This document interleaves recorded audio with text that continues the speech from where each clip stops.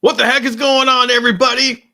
It's time for our Saturday Chameleon workshop, which is the most wonderful time of the week. And if you're watching this on replay, just remember that this happens live every Saturday at 12 noon, except next Saturday, because we've got our 10th anniversary celebration where this is going to be in the evening, probably around 6 to 7 Mountain Time. But I'm putting together that schedule right now. So, other than next weekend, we are here every Saturday at 12 noon. And every Saturday, we pick a topic to go over. Sometimes it's really formal and sometimes it's not so formal. But we've got definitely a special topic for today because it's something that we as a community are doing together. But with that hook, I'm going to go ahead and say hello to everybody in the chat.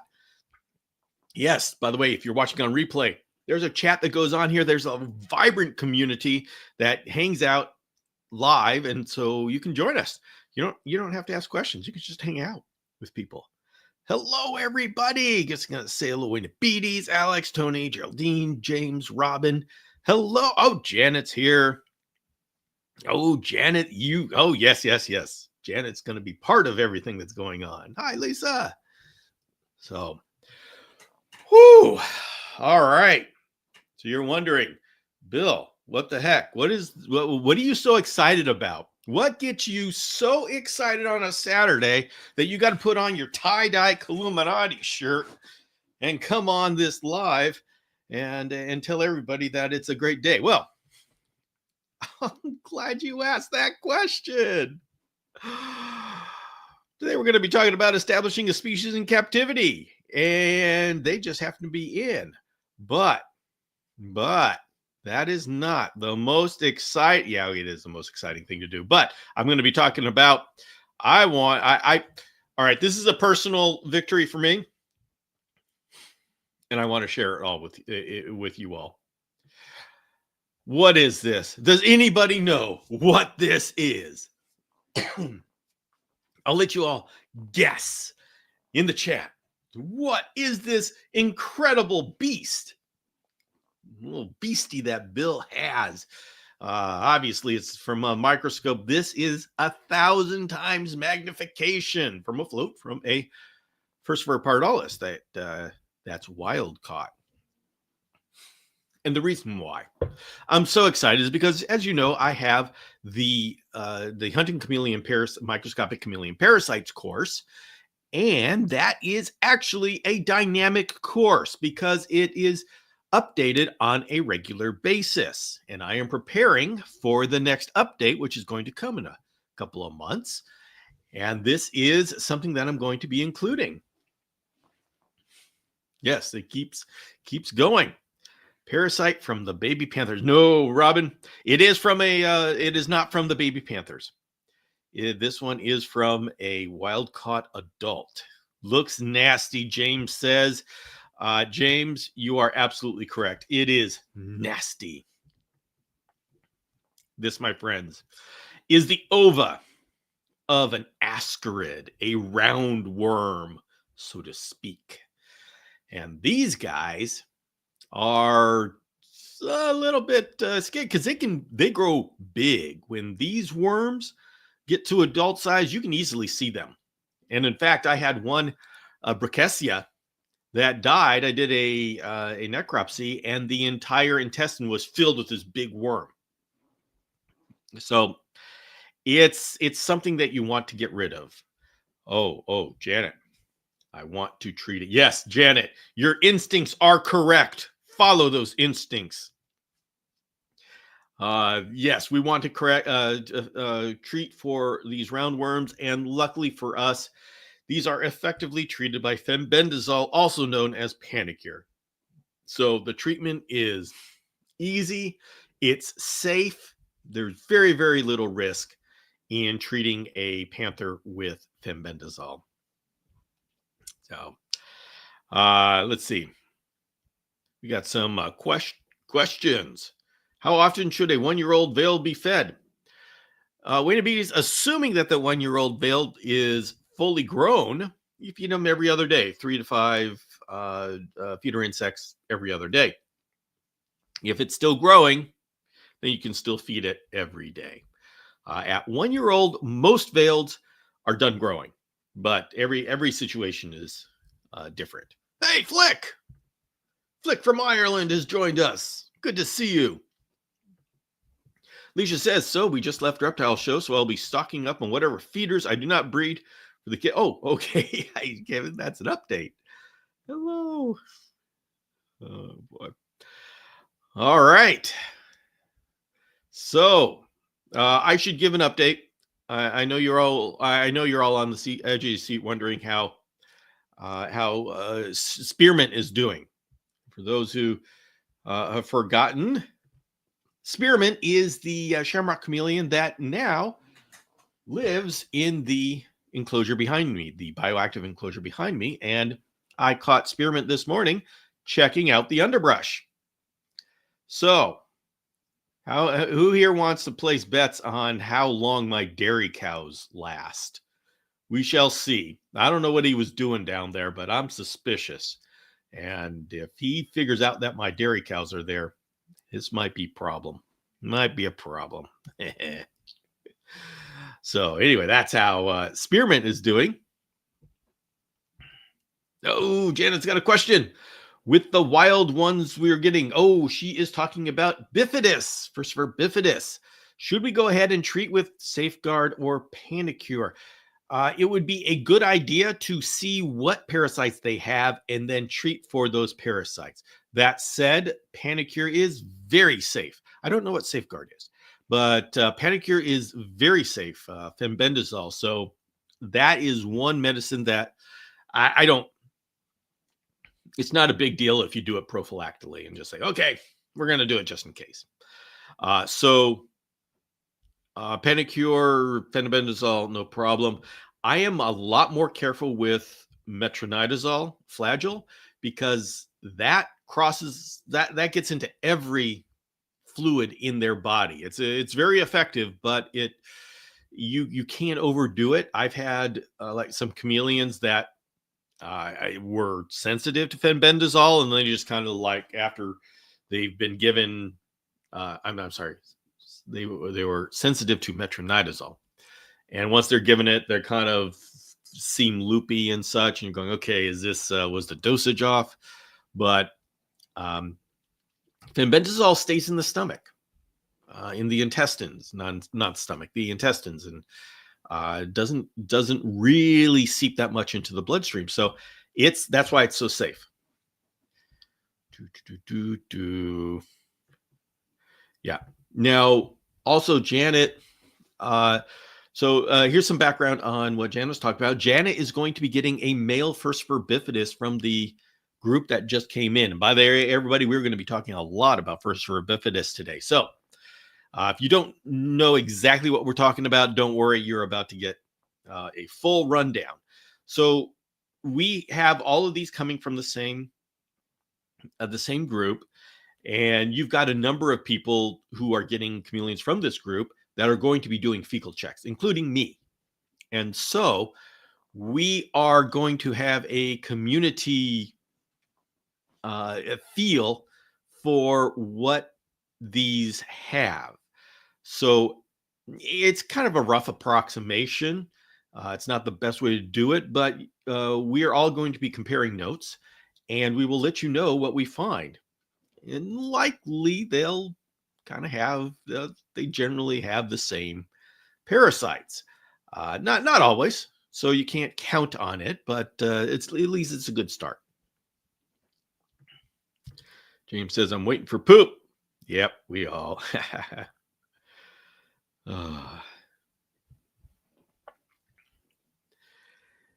So, okay, we're going to get more into the Furcifer bifidus, but I think y'all need an update about Squishy.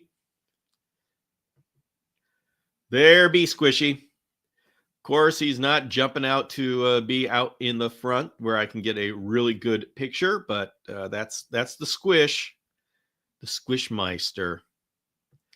And there's Dorito. You can see that's really cool. Dorito's getting getting in some colors. So there's the updates there. Now, wait, what happened? There it is. All right. What the heck is going on? Well, everybody, our Furcifer bifidus shipment is in. And I'm going to start at the beginning just for anybody who is not up to date what's going on. So a number of us in the Chameleon Academy community decided we wanted to work with Furcifer bifidus. It's kind of a little grassroots breeding effort. And so we did place an order, and they finally came in. So just a little idea of what this is. This is it's in the same genus as a panther chameleon. They've got those two bifurcated rostral processes on the front, pretty dramatic. And you can see this one is a young one. This is one that I have, and its colors are coming in. When it's younger, it'll have kind of these patterns, these brownish patterns. And as they grow up, they start getting into this bluish gray. So this guy is starting to mature. Now, this is what the females look like. Very pretty green. This is a baby. Furcifer bifidus has been bred before. Nobody has really stuck with breeding it. And so people breed it and then it disappears. But this is one bred by Jay Dubay, who, by the way, is the one who brought these in. And that is another subadult male bred by Jay Dubay. Now you're wondering, what in the world? How did this all start? Let me take you back, everybody. Let me take you back to January 2025. And this is us driving along these roads in Madagascar. And suddenly, from the back of the bus comes a voice. Hey, stop! What? It's James Cross.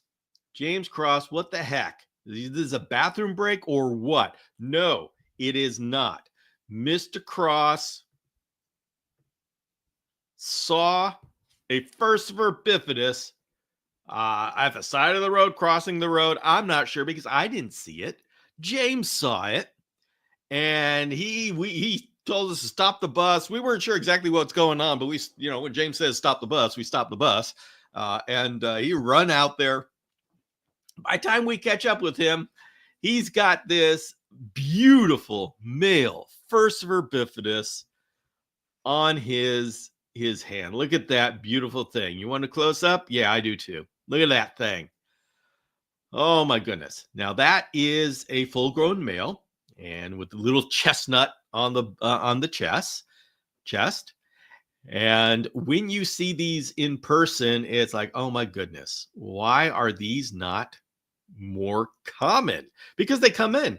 They do come in. It's not that they are rare. They're not necessarily rare in the wild. They're not, and they're available, but they just aren't worked with. And that's the thing with us chameleon people. We've got so much to distract us. It's hard to work with everything. So things like this fall through the cracks. But nope, not with Eagle Eye James Cross. This one's not going to be falling through the cracks. And so he came back a changed man. And yes, let's hear it from the man. First time ever seeing one, and it was in Madagascar. Yeah, so he didn't even know what this was. He was going, what the heck is this? Yep, so he discovered Furcifer bifidus. Now I have one in my house. It's all Bill's fault. I'm kind of proud about that. But yeah, so James came back and he was inspired. He said, I would like to work with this species. And I said, okay, I think we can make that happen if we can get a group of people together. And a group of people came together. And so now we have a group of people.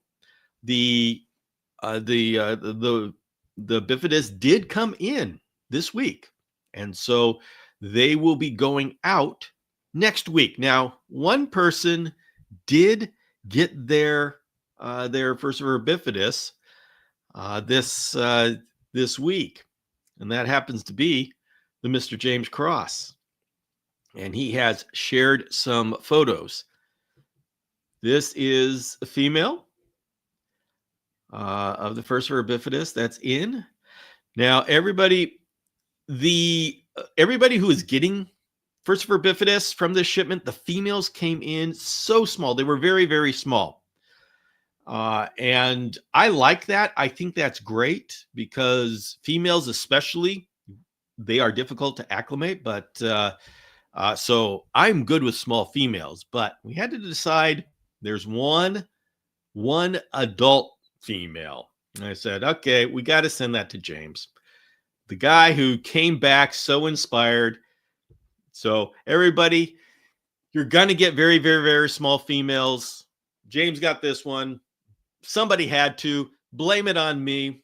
I had to send him somewhere. I said, we're going to send him to James. So, but everybody else, including me, will get the little ones and we can raise them up. And that's okay. In fact, let's see. There's another picture of the male. Now he's looking kind of. They'll look drab when they come in. The males, their coloration is very subtle, and so it's one of those things where it's going to be a challenge catching the subtle colorations on the camera. You're going to be looking at it in person, going, "This is such a gorgeous animal," and then you look at the picture, going, "Oh man, it's like half of what it is." So. We're just going to accept that the pictures often are not as spectacular as the actual chameleon.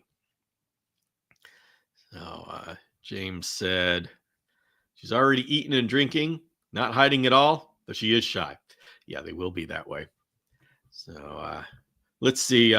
Now, this I wanted to show because this is another male that James has. James has two males. And that is a dude of a bifidus. Look at that. Look at that rostral process there. Oh my goodness. That guy has got it going on. So his name is Cyrano de Bergerac. That is appropriate.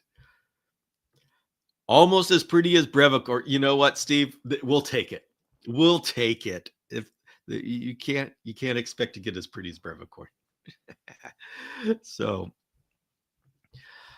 and we're going to be talking about these in a little while. We're going to have a show and tell right now, but let's go ahead. That's another shot of the female, and another shot of the male. And I got to tell you, this is a lot of work. There's a possibility that female is gravid. It's possible. So that will be very interesting. And it will be a culmination of years of hard work. You see, when I first met James, he said something provocative, offensive even. He said he wasn't interested in breeding chameleons. Now, I'm sure you share in my distaste for hearing things like that. And by the way, I'm just kidding, everybody. For those of you who are not breeding and you're just enjoying, this is total satire. This is a joke. It's going somewhere. So, being that this was, how in the world do you allow something like that to sit? And so I hatched a plan. It took me 2 years to finally get him to Madagascar. And can you imagine the coordination that it took for me to have one of the guides chase a Furcifer bifidus out onto the road right as we were driving by? All right, see? So the trap had been sprung. And then They come in and I say, wait a minute, that might be gravid. That one goes to James. Exactly. And so James, who years ago said, oh, I don't want to breed, he may be the first one with babies. And well, you know what? Still a letter of the law. He didn't breed them. So anyway, I like how the world comes around. So, hey, Constantinos. Yes. Anyway, I would like to let you all know we are. It's a trip. It was a trap. It was. Everybody. So what we've got is we've got a small group of people here in the community that are working with Furcifer bifidus. There are presently a lot more males than females. So the people who signed up are going to be able to get a pair. Even if the female is small, raise them up, going to have a pair. But we have a lot of extra males. And so we're going to be talking about this whole project today. If after you hear what we're talking about, you think you would like to be part of this program, but think, you really don't want to breed, you just want to be part of it, we do have males. And I would love for those males to go to people here in the community who would like to be part of this project, but not breed. The males will be $250 plus a flat $250 each, plus a flat shipping of $68. And this is from J. Dubay at One World Exotica. So if you are interested in being part of what we're doing, there's a space available for you to just have a male so you can dip your toes in and not be totally committed to breeding. If you'd like to dip your toes, but then you say, maybe in the future I'd like to breed, you have opportunities, because later in the year, Jay's going to be bringing in more, and he will bring in females. And so if you want a female, there will be some later this year. You can say, okay, that's a little bit too soon for me. Well, just wait until we have eggs that hatch. Then we will have F1 females. And by that time, your male will be a long-term captive male and be stable. And just get one of these females, F1 females, and then you have your breeding. So you can get one now, be part of our project, and not breed, but the option for breeding is always there if you do want to take another step further. So you're saying, what do you mean about project? Well, we are going to be I'm going to be keeping track. I'm taking this on myself. I'm going to be keeping track of everybody's chameleons. And I'm going to have pictures. I'm going to catalog them, and I'm going to be getting feedback from everybody as to how they're doing, what they're noticing, the behaviors, what do they like what are you seeing how they like as far as heat, as far as UVB, and gathering all that together. Now, the thing about these being bred before is that information just kind of stayed with the person who bred them. And that's what happens. Not everybody has an outreach, and not many people have time to catalog everything that goes on. So this is how we have a little bit more of a special opportunity, because we're able to catalog everything. We have a central place, that's me, that can gather this information. That's what I do. And I have an outreach. I create content, which means that all of the information that we gather together is going to get out there. It's going to firm up the care guide, the Chameleon Academy care guide. We do have a care guide for Furcifer bifidus on the website. Well, with all of this information that I'm going to be getting from everybody, well, that care guide is going to get even better. And we're going to be filling in the breeding portion of the care guide from our experiences. So this is, if you being part of this program means you're part of establishing what the care guides care parameters are for this species. And of course, we're going to try, a number of us are going to try to breed them. And then we're going to find homes. And so this gets into the challenge of establishing a species. Many of the chameleon species are not hard to breed, or if they're hard, at least it's possible to breed. So the problem isn't necessarily breeding. So this one isn't easy. We do need a diapause. So if you guys get eggs, you're going to have to get a wine cooler to get it down to like 60 degrees Fahrenheit. But it's not difficult.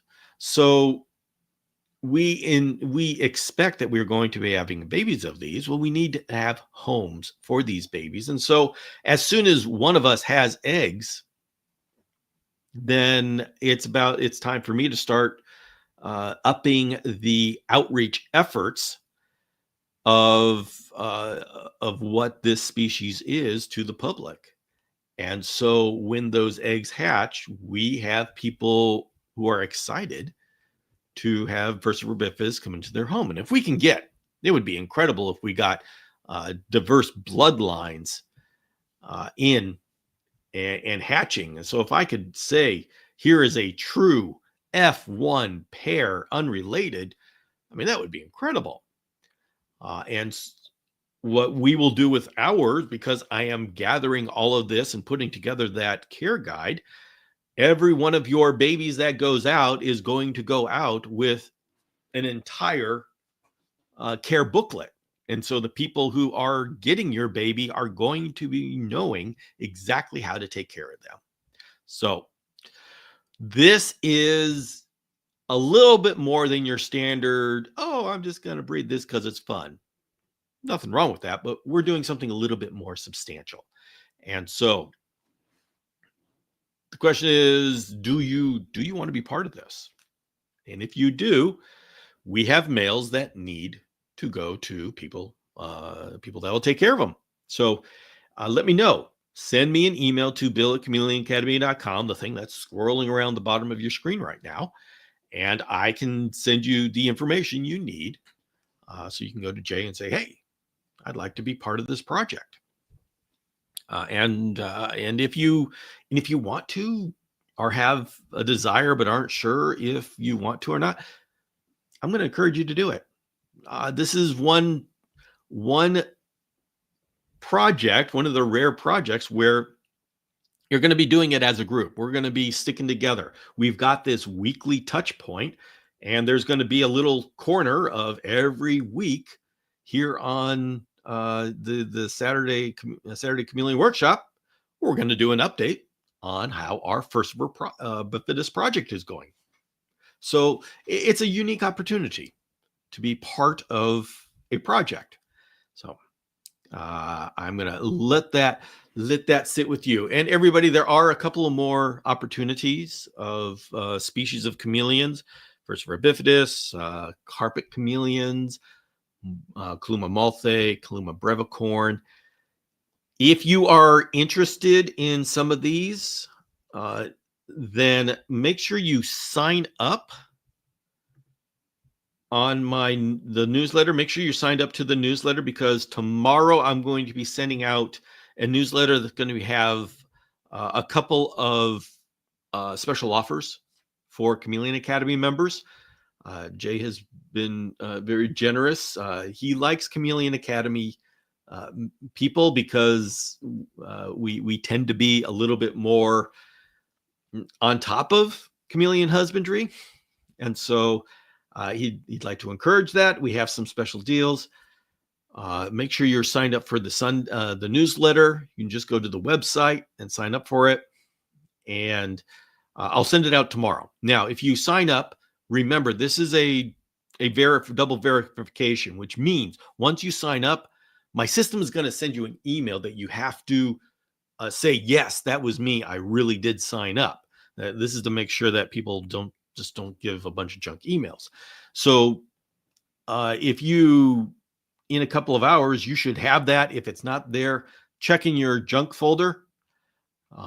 We had a fun time with Sean McNeely, who signed up in like 22 and was wondering where his emails are. Yeah, it's in the junk folder. So all right. Let's go. Let's see. I've been doing a lot of talking here.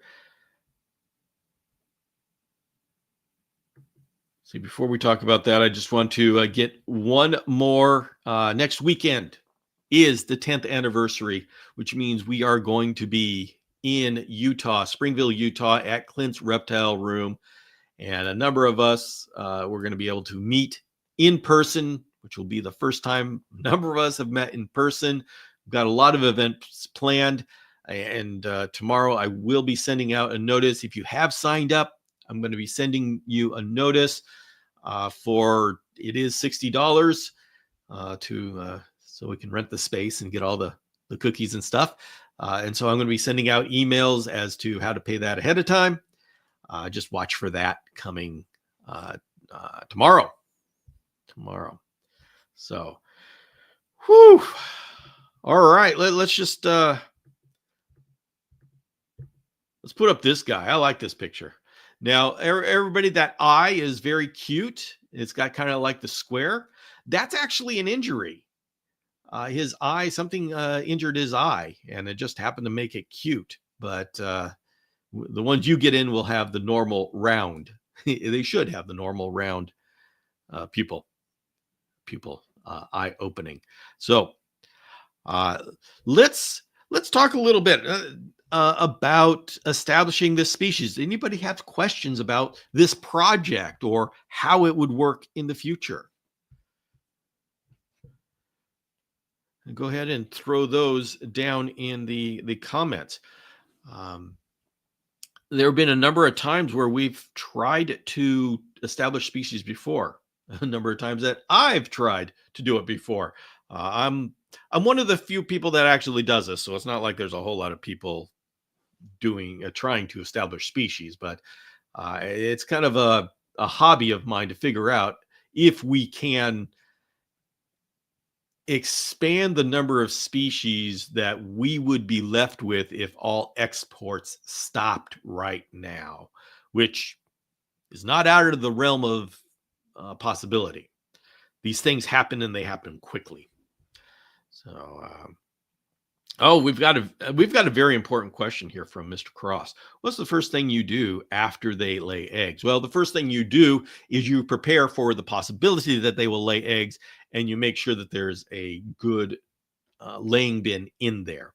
Now, you will notice them walking around the bottom of the cage uncharacteristically. What are you doing down there? Why are you walking around the bottom of the cage? If it's a female, and especially if you know she's gravid, well, it's a good time to make sure that there's a lay box in there.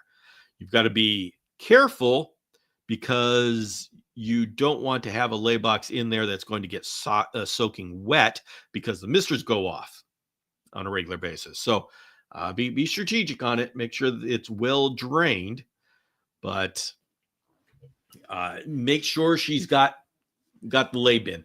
Once you've got that in and you notice that she's walking around the bottom, that's when you give her privacy.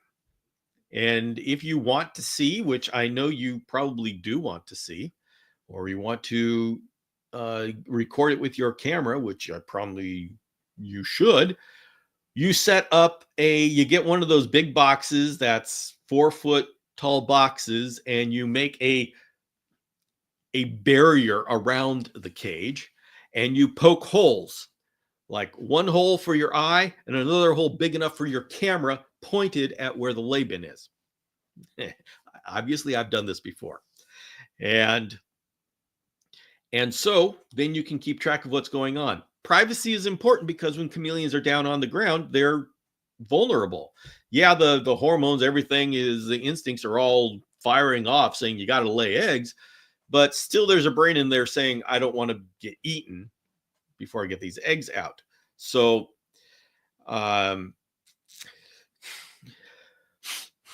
excuse me, mushroom cup.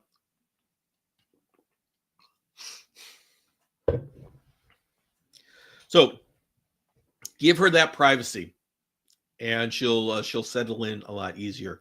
And then you just watch her do her thing. She's going to probably go down in the morning, find the place that she wants to lay eggs, and start digging. And this is where you say, oh my goodness, why did chameleons evolve to lay eggs in the dirt? They are not built for digging. They are not built for digging. And it's painful to watch them try to dig, but dig they do. And they actually do a good job of it. Once they get it done, they lay the eggs in there, they pack it down, and then she comes up.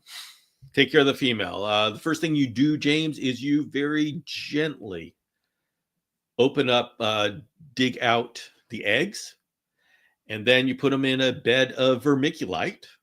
And it's just vermiculite's very easy to put moisture in it.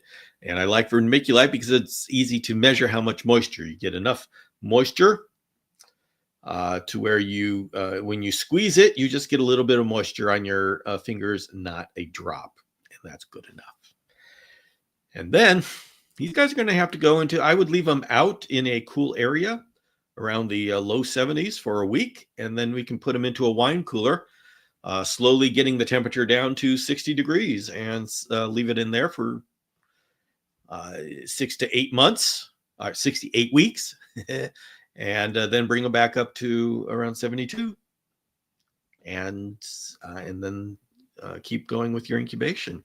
Now, when that actually happens, James, you have a lot of support behind you, and yeah, freak out on social media, and then we will all come in to help. Constantino says, question from my side is, why is it so difficult to establish a species in the U.S. while so many species in the EU have been bred for at least 4 to 5 wild-caught originally pairs in Europe? It's just focus, and it's really not. It's actually not easy in the EU. You guys have lost just as many species as we have. You have some pockets of species that we don't. It's a lot easier for you to get species that you have you have ways of getting species that we don't. So you frequently get refreshed on species that are, shall we say, difficult to get, and thus, because they are difficult to get, they have high value. And when species have high value, they are continuing to be bred. So there is the key, is does the species have high monetary value? And if you look at the species that are being bred in Europe consistently, it's those species. You talk about the Bradypodian from South Africa, which are very, very difficult to get. Namaquensis, not sure where that came from, but it's there. And so there's a number of different dynamics. It does not have to do with quality of care. This is a very interesting phenomenon about people thinking that there's such high quality care in Europe above what's in the US, and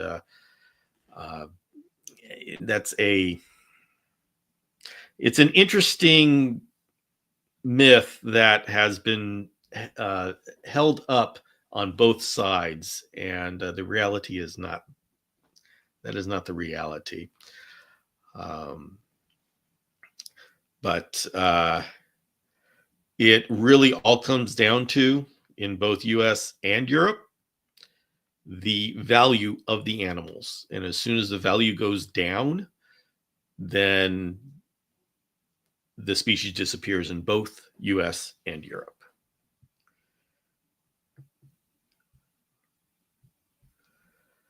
Let's see, I've seen people mark the egg. Is this necessary? I've never done it. I've never done it.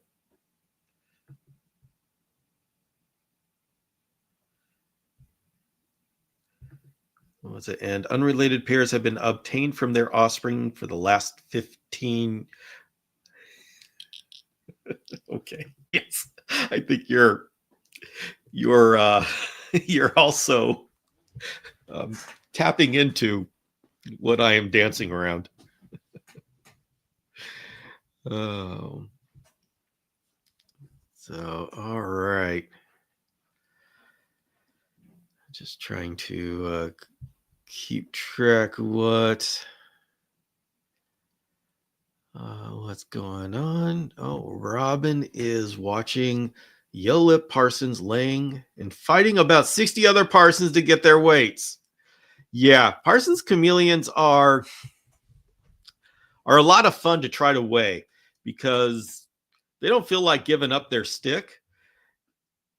And so when you get them on another stick to move them, they don't feel like giving up on their stick. And so it is a battle to get a Parsons out of their cage onto a stick to move to the weighing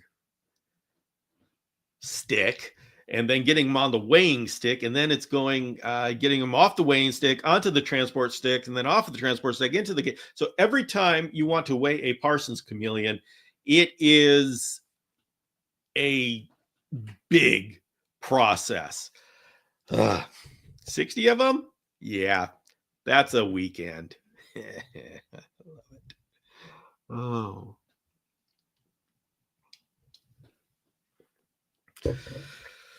Whew. All right, so Liza says, glad you said that about Parsons Bill. I have that issue with Jabba, and it just confuses me. That's what we all have to do. That's what we all have to do. Yeah. Not about quality of a care, but I mean, there's maybe more of a market for reptiles in the US than the EU, and more professional breeders, I think, and definitely more reptile fear. In the US, yes, you're absolutely correct. We have more breeders, and they're professional. And that's significant because if you are breeding professionally, you end up breeding panther chameleons. And so when your focus is having a commercial business, you end up with panther chameleons because right now that's the only species that's commercially viable. And this is at the core of my how do you establish a species, because you got to create a market. Carpet chameleons are slowly coming into that, but still we have so few breeders that if carpet chameleons stopped coming in, they would stay for a while. So we're getting there. So now something that is that we are a dynamic that is happening in the US is we have a more of a growth. And by the way, there's absolutely no numbers to support all of this. So everything that I am saying is coming from my perception in talking with Europeans and being part of the US market. So this is completely my subjective view. So with that taken into account, we are in the US getting more of an expansion of our community. And I think that is 100% because we have these professional breeders. And that means we have all of these panthers available and easily available. Now, whether that's a good thing or a bad thing, we can debate that. But I know in a number of European countries, like Tia, who's here, wanted to get a panther chameleon and knew of one breeder that was, and all she had to do was drive 7 hours to go pick up this panther chameleon. So that is a barrier to the community expanding. Here, you go on the website, you've got to choose between 5 different breeders, and you pay your money, and that panther chameleon is at your doorstep in about 3 days. So it's so much easier to do that here. Now, I'm sure you have all this capability in Europe as well, but it just feels to me that that infrastructure and foundation is more set up in the United States, which makes it easier. Now, what you have in Europe, I know, is you have access, like the and once again, this is 100% my subjective opinion, so please don't say, okay, Bill says this is it. But it seems with some of the rules that are in Europe, the highest level breeders have access to very rare species and species that aren't allowed to come in, because you have different rules. When a shipment is confiscated in Europe, the zoos can take it over, but then they can partner with the breeding community to make sure these animals are taken care of. And so that makes some very rare species available, and that's interesting to the highest level of keepers. In the United States, we don't have that at all. If there's a confiscated shipment, there's no way it's getting to any breeder. They'll destroy the animals before they let a breeder have any be any part of that. So when shipments are confiscated here, those animals don't get into breeders' hands, and so the choices that we have are really based on how much does it cost. Because if I breed Furcifer bifidus and I need to sell that Furcifer bifidus at $500, $300 to make it worth it, if everybody can buy them for $75 wild caught, it's exceptionally difficult to convince them to buy them for $300. And of course, they all say, yeah, that's the best way to do it. I'm going to do it that way. And they, until the wallet actions what follows what the mouth says, we lose those species so easy. Says, I see breeding is more market-based instead of breeding what the breeder likes or a mix of the species. And see, there's, and Constantinos, as much as we say, oh, wow, it's all about money, the thing is, when it's not about money, people stop, because we have a limited amount of time, and we have to put that to where it's going to be profitable. And you say, but I'm doing it just for fun. Well, the thing is, if you're doing it just for fun, you have to have 30 other people buy those babies, or else now you have 30 babies to take care of forever. And so you stop breeding.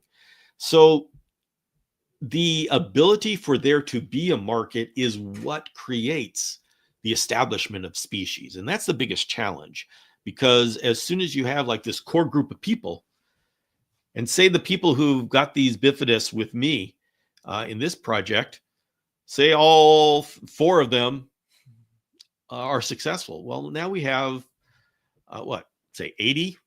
Let's go ahead and throw out a number. Now we've got 80 babies. Where are those going to go? I don't know that we have 80 people out there in the U.S. that know or appreciate the species. So that's a nice big challenge. So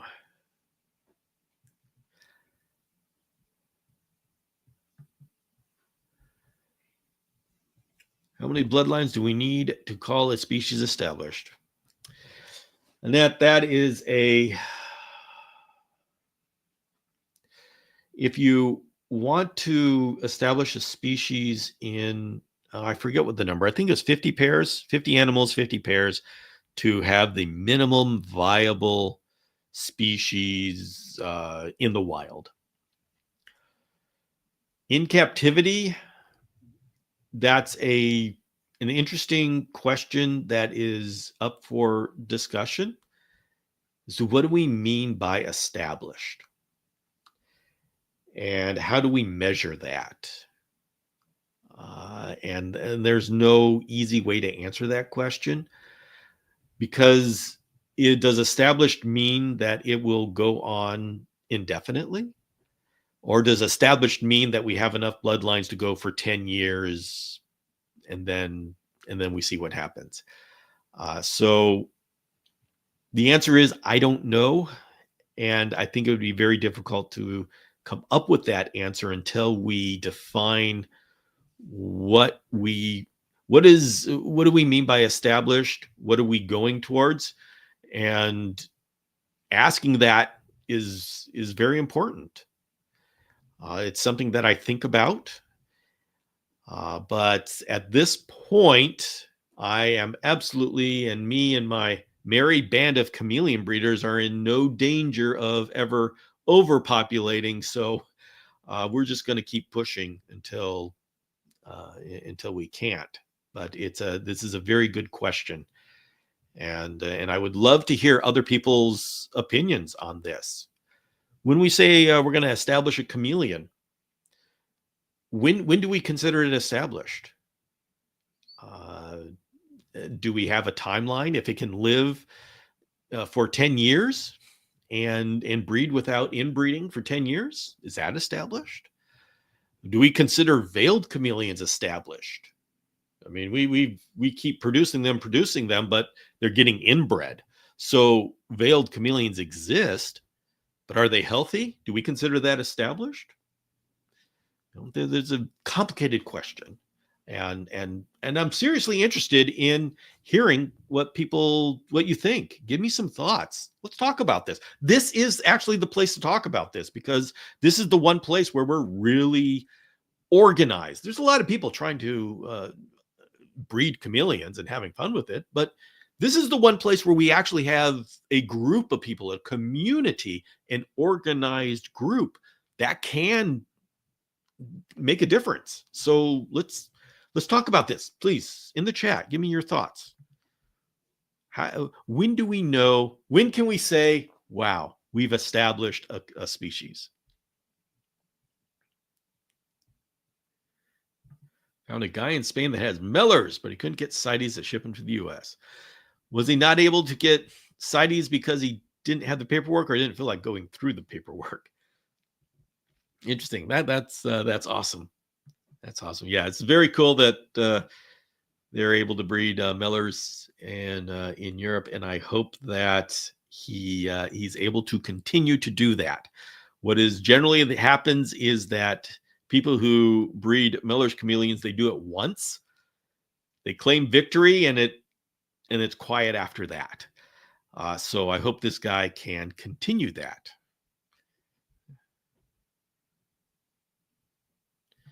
See, there are way less professional reptile breeders in Europe. Most stock is from individual breeders. Probably this gives variety in species being bred. Yeah.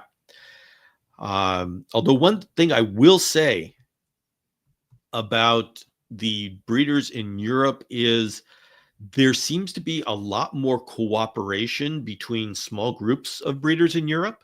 And so you guys have been able to breed chameleons multiple generations, like Daramensis and Montium. And I mean, you end up getting inbreeding and such because you just don't get new bloodlines in. But when you have those tight-knit groups of breeders, you're able to do things like this. So you do have species that are no longer here because of the efforts of a very small core group of breeders.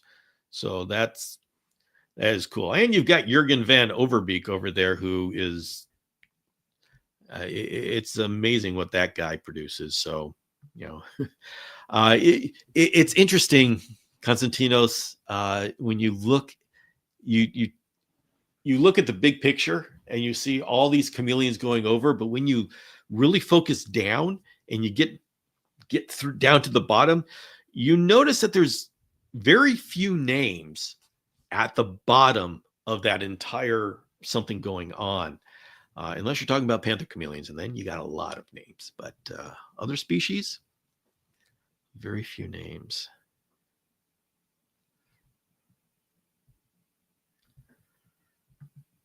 Prices are reasonable for captive-bred, usually not related to wild caught as much as avoiding parasites is a high priority. Yeah. Yeah, the thing is, when people see an adult wild caught for $100 and then this little sliver of a thing captive hatched for $300, even if in their mind they know, oh, okay, well, this one's going to take, I got to deparasitize, I got to acclimate. They do it anyways. Yeah.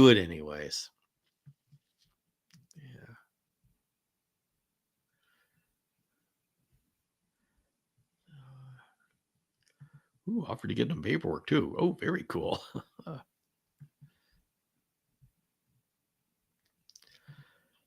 Here's some idea. Species are not really lost from inbreeding. May just change characteristics a bit or develop morphs, but without totally losing the original wild variety. Okay. And that's a one interpretation. So if in our group, or is it okay if we inbreed? I know there would be a number of species that we may still have around if we were willing to inbreed. And so that's a great question. Is it worth having a species that is inbred versus losing it altogether? And it's not like, and it isn't that I have the answer. It's what do we decide we want as a community?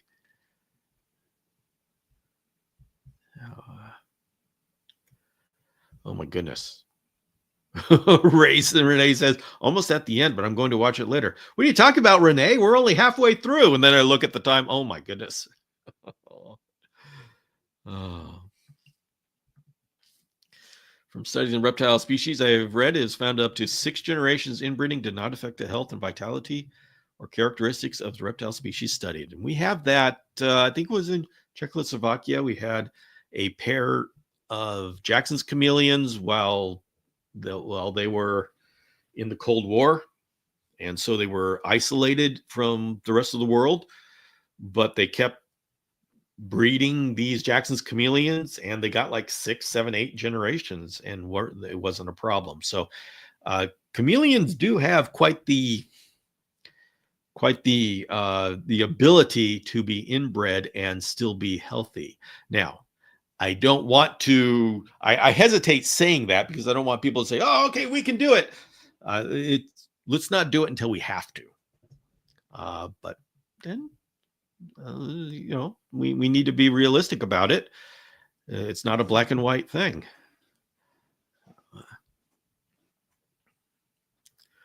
Lisa got a veiled chameleon. Veils are awesome. I'm late to the party, but given the title, Bill, any fertile shamrock eggs this year? Maybe one. I've got one in the incubator.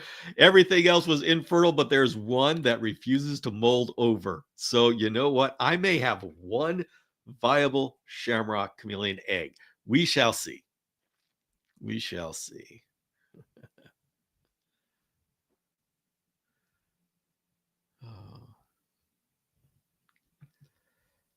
Lizanne says we shouldn't inbreed. Look at the royals. No good. Okay. All right.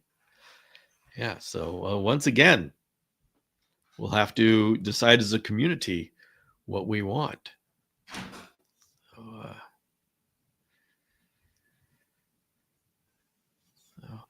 All right, everybody. Oh, wait. Oh, we got one more question. Quick question. Will a complete screen bottom allow water to drain or will it clog and just be standing? Does anyone know? Alicia, I know because with Dragon Strand cages, every cage that goes out has both a a plastic floor and a screen frame floor. So you can literally take out the bottom of a dragon strand cage and it comes with a screen floor. And that does allow water to drain. It's a wonderful way. I prefer I use the screen floor in all of my cages, unless I'm demonstrating, everything. But for my personal cages, I always use a screen floor. And that's also because I have everything up on dragon ledges along the sides. I don't need to put any plants on the floor of the cage. And so if you don't have things on the floor of the cage, you can put in a screen panel and you will get essentially 100% drainage. It's great. It's wonderful. Alicia, I fully recommend doing it. So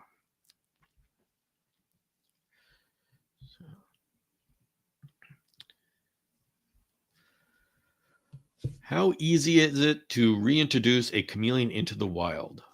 It would be extremely complicated, but it seems to me it would make sense to trade fresh bloodlines from the wild for captive bred. Oh, Annette, as cool as that sounds, it would have to be done in a very controlled manner. We can't just take the stuff we have in captivity and put it out into the wild. Case in point, we found a bunch of isospora in our panther chameleons in captivity. We don't want to introduce new parasites into the wild or new pathogens into the wild and such. So it would have to be very controlled.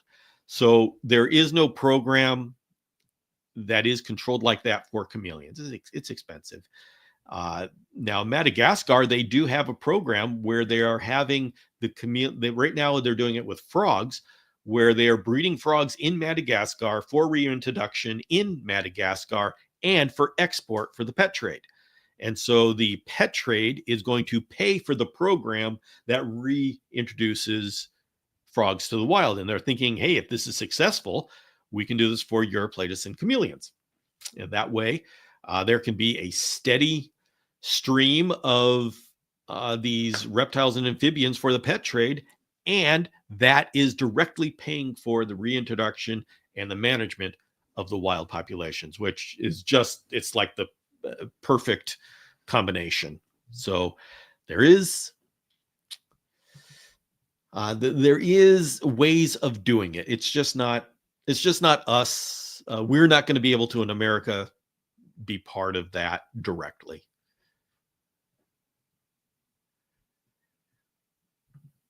You are getting 2.4 shamrocks? All